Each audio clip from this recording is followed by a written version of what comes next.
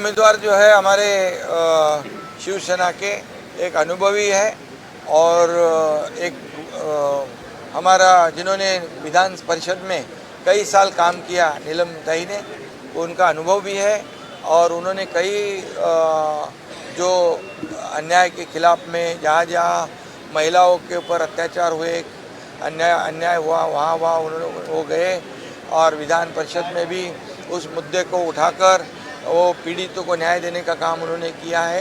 हर कई क्षेत्रों में उन्होंने काम किया है, तो उनका अनुभव है और निश्चित रूप से इसका फ़ायदा पार्टी को होगा।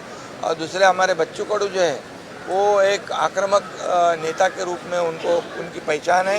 गौर गरीब जनता जो है, दिव्यांग है, किसान मजदूर है, ये इनके लिए काम करते हैं। कई आंदोलन में उन्होंने भाग लिया है और किसान कर्ज माफ़ी का भी आंदोलन उन्होंने किया। हमारी सरकार ने उनको किसान माफ़ी का कर्ज माफ़ी का निर्णय भी लिया। ऐसे कई आंदोलन उन्होंने किए हैं, तो इसलिए ये आम सर्वसामान्य जनता जो है उसके लिए लड़ने वाला आक्रामक नेता है। ये दोनों को हमने उम्मीदवारी दी है, इसको पार्टी का फ़ायदा होगा और वो भी मजबूत होंगे, पार्टी भी मजबूत होगी। सर, आपको लगता है कि ऐन मौके पर उद्धव ठाकरे ने अपने पाँव पीछे ले लिए जब लड़ने का समय आया? तो लड़ने के समय के लिए दूसरे को लड़ाते हैं। अच्छा सर, एक तुम लढो, हम कपडा संभालते हैं। सर, एक चलो हो का मग 2019ला तुम्ही म्हणालात तेच मी विचारतोय, तेव्हा अंतरात्म्याचा आवाज कुठं होता?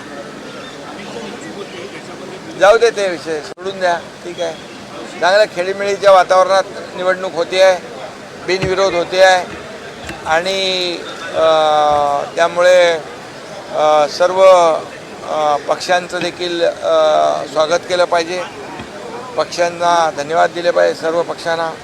आम्ही देखील शिवसेना, भाजप, महायुतीने, राष्ट्रवादी महायुतीने अधिकचा उमेदवार आम्ही दिला नाही आणि त्यामुळे ही निवडणूक जी आहे बिनविरोध खेळीमेळीच्या वातावरणात होते, हे चांगलं आहे। तुम्ही अधिकचा उमेदवार दिला तर अडचणी वाढू शकेल म्हणून उद्धव ठाकरे रिंगणात उतरले नाहीत, कारण अपेक्षा होती एकनाथ शिंदे देतील उमेदवारी।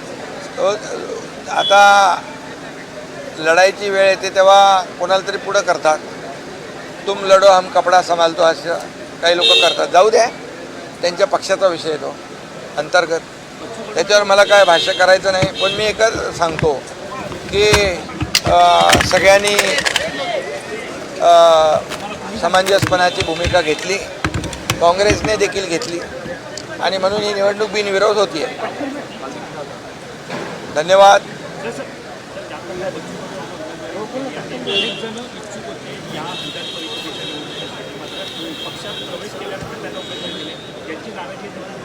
कोणाची नाराजी आहे? तुम्हाला कोणी बोललं का? इच्छुक अनेक असतात, जागा कमी असतात आणि बच्चू कडू काही नवीन नाही आमच्यासाठी। बच्चू कडू हा जुना शिवसैनिक आहे, हाडाचा शिवसैनिक आहे, बाळासाहेबांच्या सोबत काम केलेलं आहे आणि जेव्हा आम्ही निर्णय घेतला उठावाचा जे धडाडीचा निर्णय, राज्यामध्ये जे काही इतिहास घडला, त्यावेळेस देखील बच्चूभाऊ आमच्याबरोबर होते।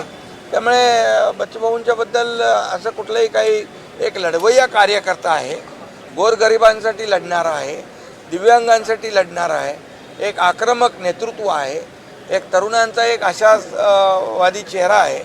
त्यामुळे आमचे दोन्ही उमेदवार जे आहेत, एक आक्रमक लढणारा नेता आहे, दुसरा आमचा संयमी अनुभवी नेता आहे। मिसिंग लिंकचं एका बाजूला उद्या उद्घाटन होणार आहे आणि सरकार मानपूरला प्रचंड